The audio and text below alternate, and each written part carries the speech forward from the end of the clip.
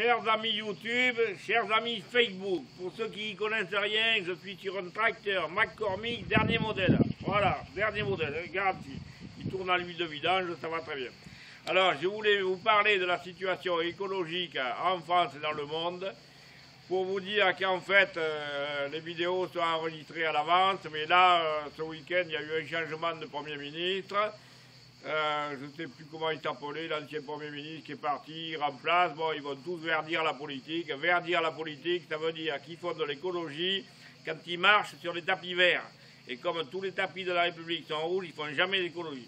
Alors, des petites mesurettes de ce site-là, mais alors il y a une chose que je voulais vous dire, c'est qui va se passer avec l'eau potable dans les années qui viennent, parce que on commence à voir dans les journaux que j'ai vu ça dans le Monde ou le Figaro, je ne me rappelle plus, qu'il y avait 260 communes de Bretagne qui commencent à voir arriver les pesticides, les insecticides qui ont été mis après la guerre. Et il y a une chose que je voulais dire, c'est que ça va tourner à la catastrophe l'histoire.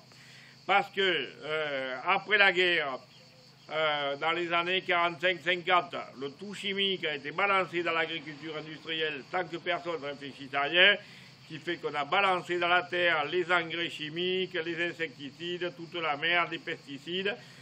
Et tous ces produits, ça descend de 3 ou 4 cm par an quand il pleut. Alors jusqu'à maintenant, il n'y a rien qui est arrivé dans les nappes, mais ça commence.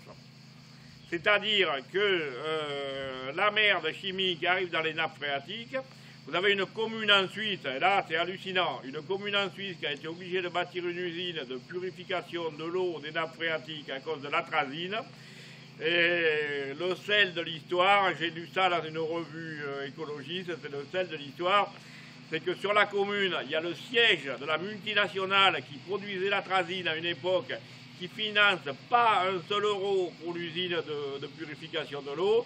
Ça veut dire que quand il y avait eu du bénéfice à faire, ils ont fait le bénéfice avec l'atrazine. Quand l'atrazine a été interdite, ils ont arrêté l'atrazine. Et maintenant, les dégâts, démerdez-vous, on ne paye pas. C'est le principe du capitalisme, c'est la privatisation des profits. C'est-à-dire que quand il y a des profits à faire, c'est les privés qui la font, les actionnaires.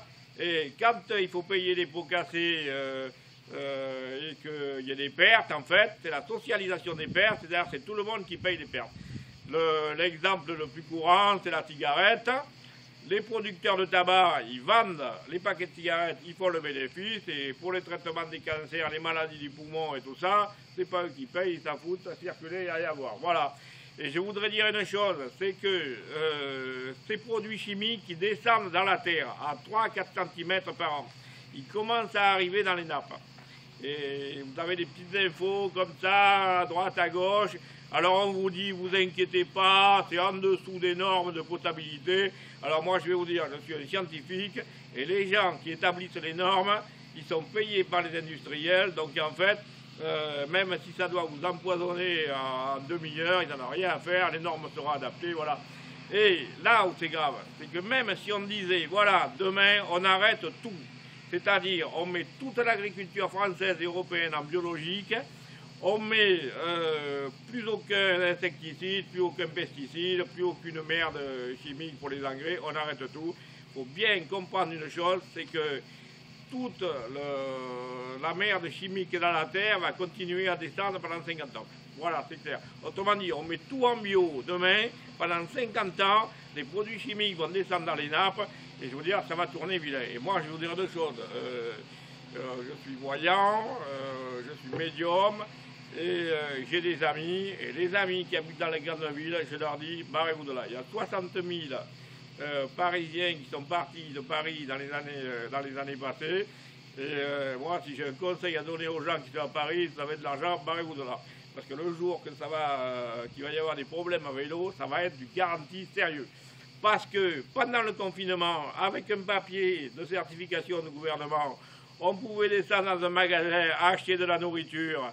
Voilà, très bien, mais si un jour il n'y a plus d'eau au robinet, parce qu'il va y avoir des sécheresses à répétition avec le réchauffement climatique, et les petits pas, verdir la politique, tout ça, ça n'y fera rien, absolument rien, tant que les États-Unis, la Chine, la Russie et l'Inde ne se décideront pas à prendre des décisions politiques contraignantes pour tout le monde. Il n'y a rien qui se passera. Mais je vous dis, quand ça va coincer en ville, bonjour les dégâts. Salut!